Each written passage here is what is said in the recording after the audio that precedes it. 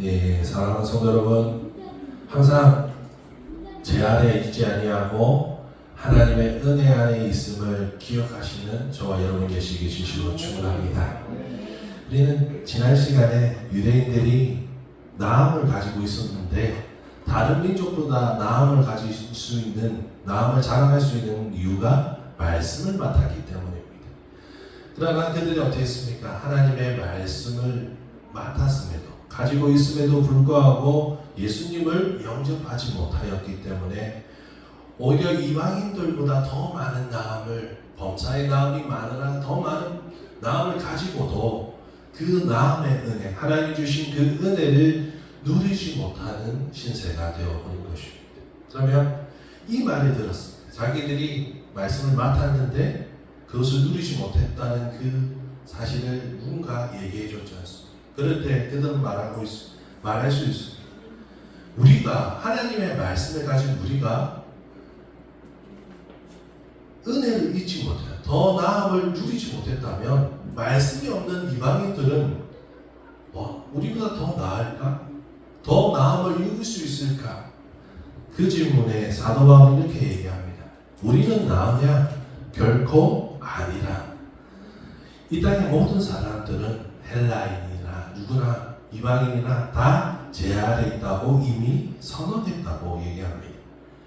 이 땅에 수많은 사람들이 믿음을 가지고 또한 많은 종교를 가지고 얘기합니다. 우리는 선한 것을 추구하고 선한 것을 위해서 살아가야 해 라고 얘기합니다.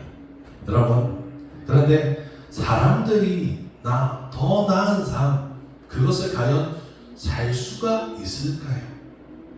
우리말로 도토리 기적입니다.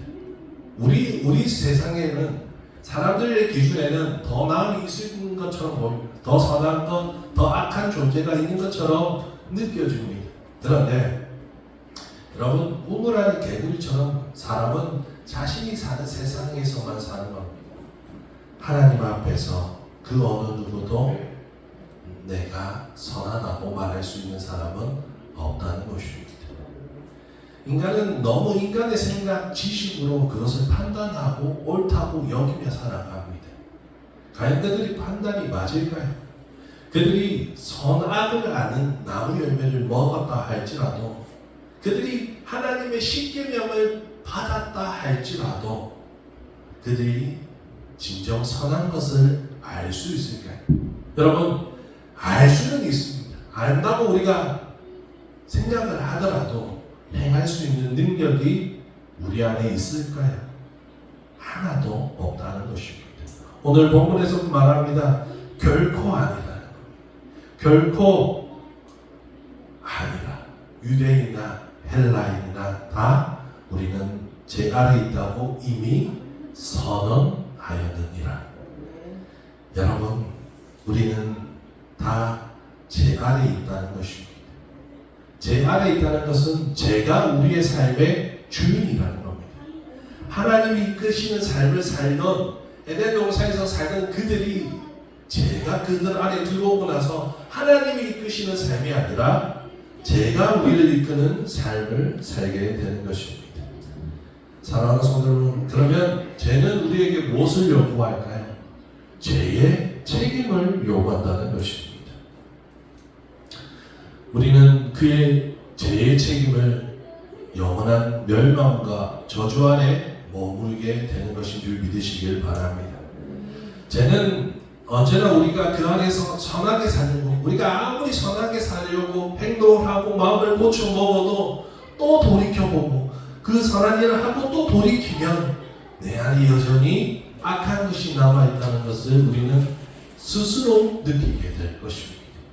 그래서 이 땅의 모든 사람들, 이 땅의 죄 가운데 있는 모든 사람들은 바로 하나님 앞에서 죄인이고 심판 아래 있는 사람들이라는 것입니다. 이 땅의 모든 사람들이 죄의 통치의 영역에 있습니다. 우리가 하나님을 믿는다는 것은 하나님의 통치 영역 안으로 들어온 것을 의미합니다. 그러나 그것은 나의 능력으로 된 것이 아닙니다. 하나님의 무한한 은혜가 우리를 이끌어 주신 줄 믿으시길 바랍니다. 오늘 본문에 분명 모든 사람은 제 안에서 있다고 선언되었다고 얘기합니다. 이것은 법적인 용어입니다. 죄의 판결이 확정되었다는 겁니다. 돌이킬 수 있는 방법이 없다는 겁니다. 여러분, 이미 죄인이라고 낙이 찍었기 때문에, 끝이 났기 때문에 심판만 기다리고 있는 겁니다. 아무리 우리가 이 땅에서 죄인으로서 노력한다 할지라도, 선하게 산다 할지라도 내 안에 선한 것은 하나도 없다는 것입니다. 오늘 사도 바울이 이 말이 본문에서 더 힘있게 말하는 이유가 있습니다. 하나님의 말씀을 맡은 유대인도, 지식을 추구하는 헬라인도, 선함을 추구하는 이 세상의 모든 인간도 결국 한계 속에 갇혀 있다는 것을 의미하는 겁니다. 여러분, 우리는 한계 속에 있는 불확실한, 불완전한 존재라는 것을 깨달으시길 바랍니다. 누구든지 아무리 발버둥 칠지라도 죄의 대가인 죽음에서 자유로울 수 없고, 결국은 모든 인간은 죄로 말미암아 하나님의 심판대에 서게 된다는 것입니다. 이미 아주 오래전부터 하나님은 인간에게 선한 것이 없다는 것을 아셨습니다.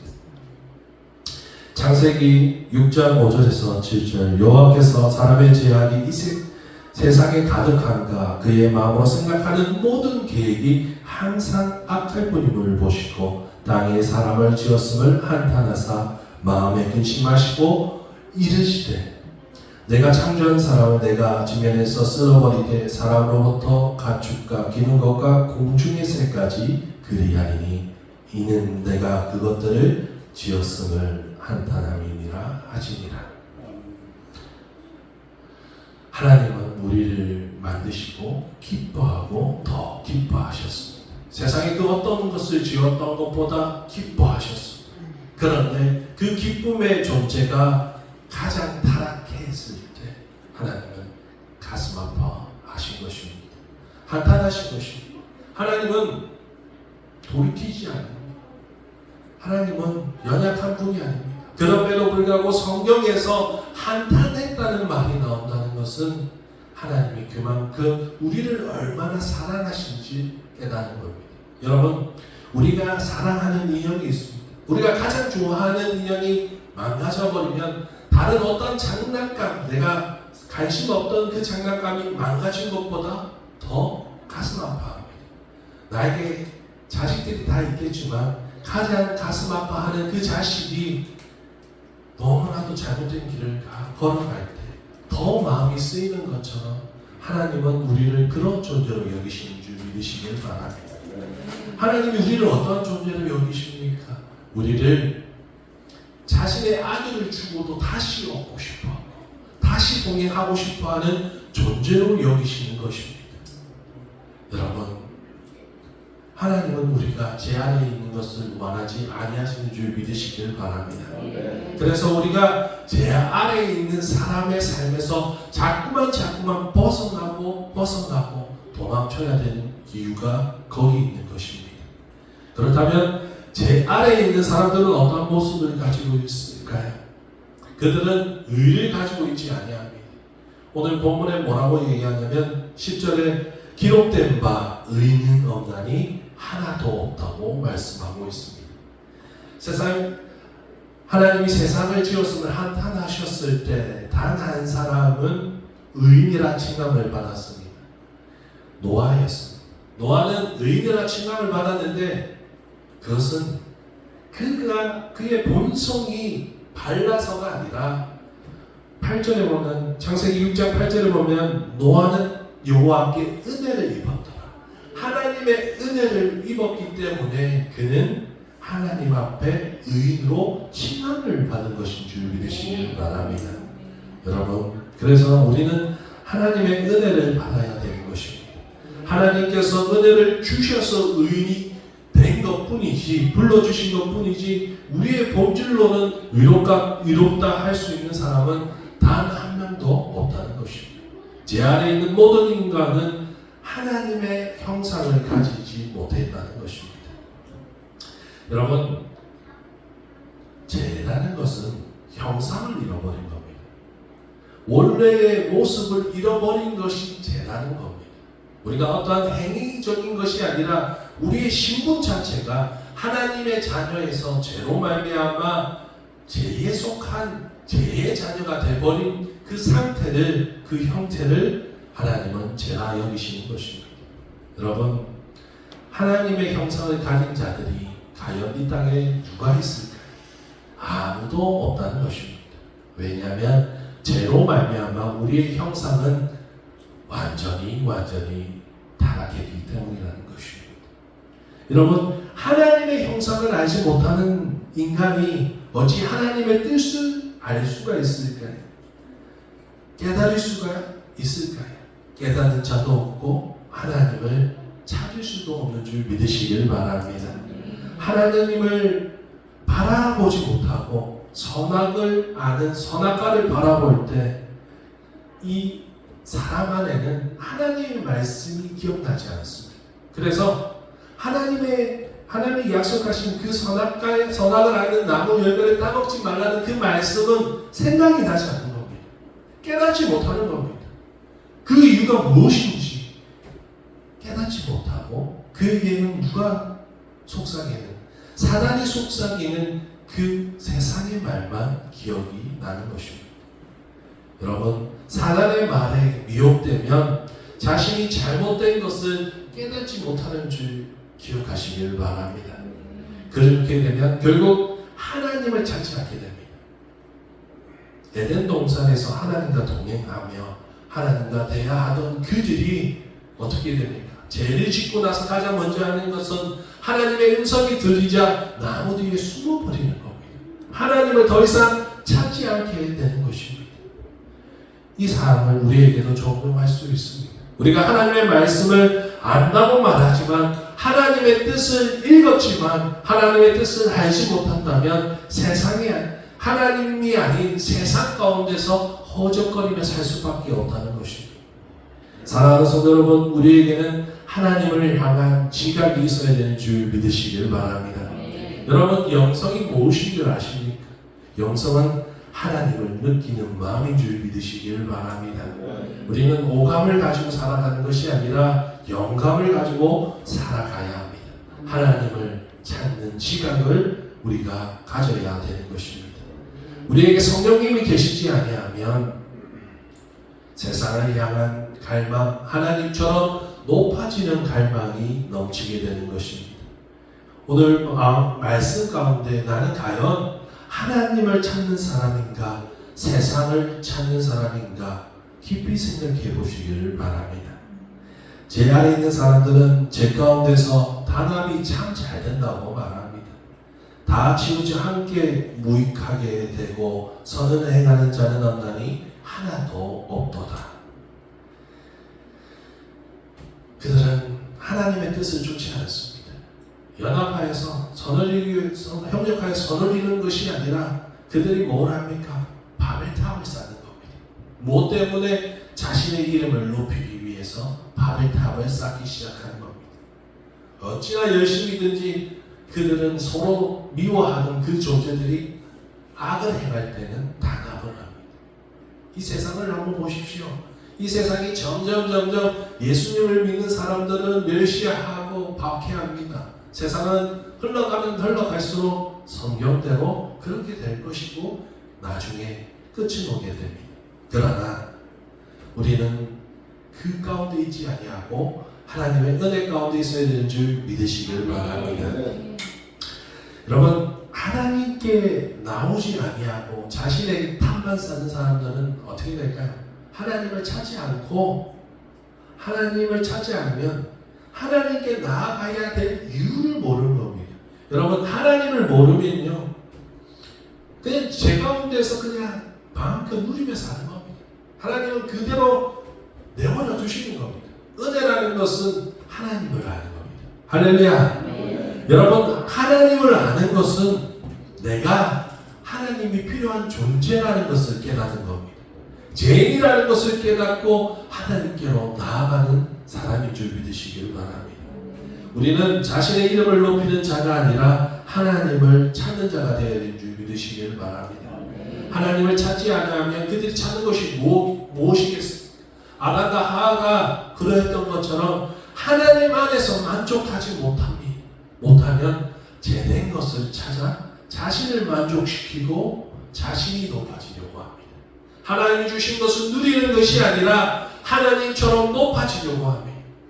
지금 이 시대에는 돈, 명예, 권력, 지식을 가지고 하나님의 자리를 채우려는 것들이 너무도 많습니다.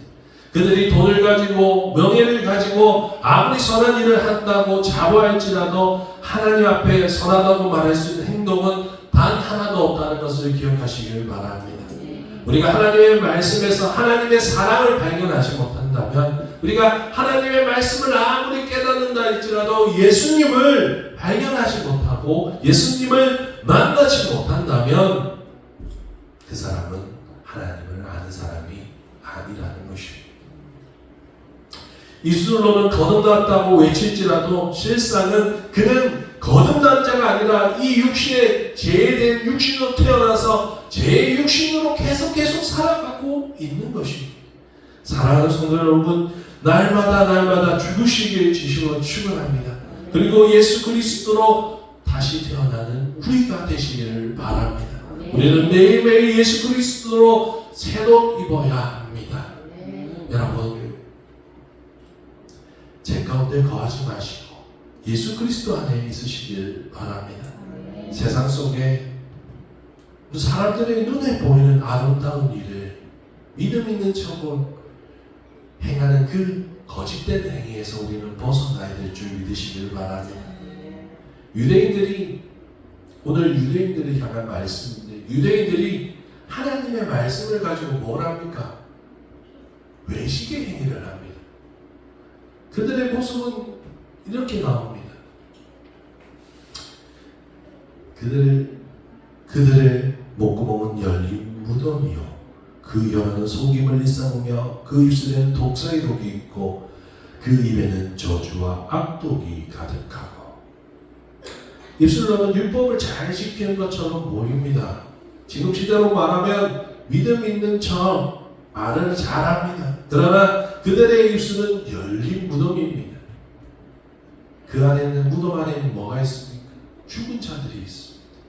가난하고 순진한 자들을 삼키고 죽이려는 것입니다. 여러분, 하나님의 말씀을 가지고 자신의 배를 채우려는 사람들이 많다는 것입니다. 믿음을 가지고 자신의 배경을 만드는 사람들이 너무나도 많다는 것입니다. 사람을 위하는 척, 사람을 섬기는 척 하면서 거짓말을 일삼으며 자기 이익을 위하여 하나님의 이름을 망령되이 사용하는 사람들이, 종교 사기꾼들이 너무나도 많다는 것이고, 우리가 그러한 자가 되지 않도록 우리는 깨어 있어야 되는 줄 믿으시길 바랍니다. 여러분, 마지막에는 독사의 독처럼 사람들을 병들게 하고 저주와 압독 가운데 머물게 하는 사람들이 있습니다. 사람이 하와에게 말했듯이 사람들을 미혹하여 믿음에서 벗어나 가짜 믿음 속에 거하게 만드는 사람이 될 수도 있다는 것입니다. 나의 행동이 그러할 수도 있고 나의 입술이 그러할 수도 있다는 것입니다. 예수님이 아닌 율법을 의지하고 예수 그리스도를 향한 믿음이 아닌 믿음을 지식이나 행위에 머물게 하고 사람에게 머물게 할 수도 있다는 것입니다. 여러분, 하나님 곁에 머무시는 저와 여러분 되시기를 진심으로 축원합니다. 유대인들의 착각은 아직도 자신들이 선민이라고 생각합니다. 그래서 그들은 아직도 하나님 곁에 자신들이 있다고 착각하며 살아갑니다.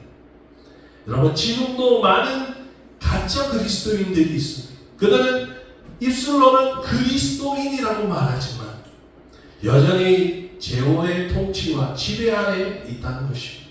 그들이 꿈꾸는 세상은 하늘나라가 아닙니다. 오직 오늘 주님이 오신다 그러면 두렵습니다. 주님이 안 왔으면 좋겠습니다. 그런 마음이 여러분 우리 안에도 생길 수 있다는 것을 기억하시길 바랍니다.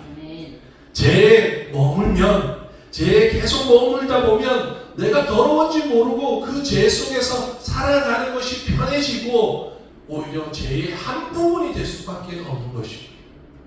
여러분, 죽어야 합니다. 우리는 날마다 죽어야 되는 줄 믿으시길 바랍니다. 나는 다시 태어나야 합니다. 나는 매일 씻겨져야 합니다. 예수 그리스도의 보혈로 매일매일 씻음을 받으시는 저와 여러분 되시길 진심으로 축원합니다. 마지막으로 제 가운데 있는 그들의 삶을 보면 그 발은 피 흘리는데 빠르다고 말하고 있습니다. 여러분, 하나님의 사랑을 전하거나 진리 가운데 서려고 노력하는 삶이 아니라 자신의 파멸의 길로 이끌고 있는 겁니다. 종교적으로 변해버리면, 신앙을 가진 자들이 종교적으로 변해버리면 결국 파멸이 일어나는 겁니다. 우리는 주님 곁으로 나아가야 될 줄 믿으시길 바랍니다. 누가복음 18절에는 바리새인과 세리가 나옵니다. 바리새인은 자신의 의를 자랑하면서 여러 가지 기도를 합니다. 그리고 세리는 가슴을 치며 하나님을 보지 못해서 하늘도 바라보지 못하고 가슴을 치며 통곡하며 기도합니다. 여러분, 보여지는 신앙에서 벗어나길 바랍니다. 우리 모두는 보여지는 그 신앙에서 벗어나려고 노력해야 합니다. 그리고 하나님께로 가야 합니다. 내 죄된 마음, 아픈 마음을 들고 주님께로 나아가는 진정한 그리스도인이 되시길 진심으로 축원합니다.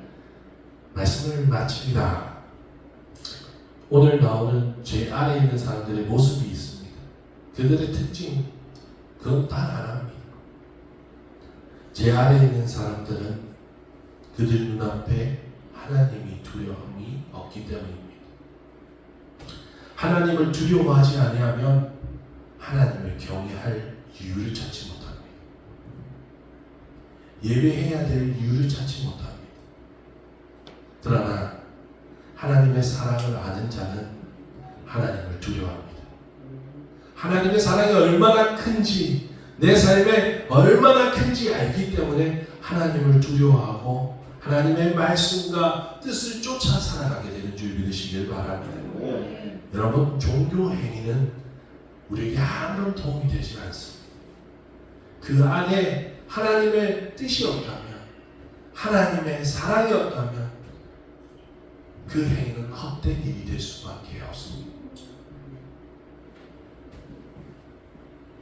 하나님을 두려워하시기를 바랍니다. 하나님의 사랑을 깨달아 하나님을 영화롭게 하는데 우리의 삶의 최우선순위를 두시기를 바랍니다. 제일 아래에 있는 사람들은 하나님을 영화롭게 하는 자리를 우습게 여깁니다. 예배 자리를 뭐라고 얘기합니까? 지금도 우습다고 얘기합니다. 조롱합니다. 시편 36편 1절에서 3절, 악인의 죄가 그의 마음속에 이르기를 그의 눈에는 하나님을 두려워하는 빛이 없다 하니 그가 스스로 자랑하기를 자기의 죄악은 드러나지 아니하고 미워함을 받지도 아니하리라 함이로다. 그의 입에서 나오는 말은 죄악과 속임이라. 그는 지혜와 선행을 그쳤도다. 여러분, 그들이 뭐라고 얘기하는 줄 아십니까? 하나님이 없어도 잘 살 수 있습니다. 여러분, 하나님이 없어도 여러분의 삶을 사십시오 라고 얘기합니다. 자신들의 자유를 얘기합니다. 평등을 얘기합니다. 하나님이 없어도 된다고 얘기합니다. 하나님이 없어도 선악을 아는 나무 열매를 먹으면 하나님처럼 높아져서 지혜를 가져서 잘 살 수 있다고 말합니다. 하나님이 없어도 돈이 있으면 모든 것을 소유하면 잘 살 수 있을 거라고 얘기합니다. 하나님이 없어도 세상에 맞춰서 세상의 흐름대로 살아가면 성공한 거라고 얘기합니다. 그러나 사랑하는 성도 여러분, 하나님이 없으면 결국 그는 죄 가운데서 영원한 형벌을 맞이하게 될 것입니다. 사랑하는 성도 여러분, 하나님을 찾으시기를 바랍니다. 하나님을 만나시길 바랍니다. 하나님을 찬양하며 사시길 진심으로 축원합니다. 왜냐하면 우리는 죄 가운데 있지 아니하고 지금 은혜 가운데 있기 때문입니다. 여러분, 죄 가운데 있는 사람은 하나님을 찬양할 수 없습니다. 그러나 우리가 오늘도 예배의 자리에, 찬양의 자리에 있는 것은 바로 하나님의 은혜 안에 있기 때문입니다. 하나님의 은혜가 오늘도 충만히 저와 여러분 가운데 있으시길 진심으로 축원합니다.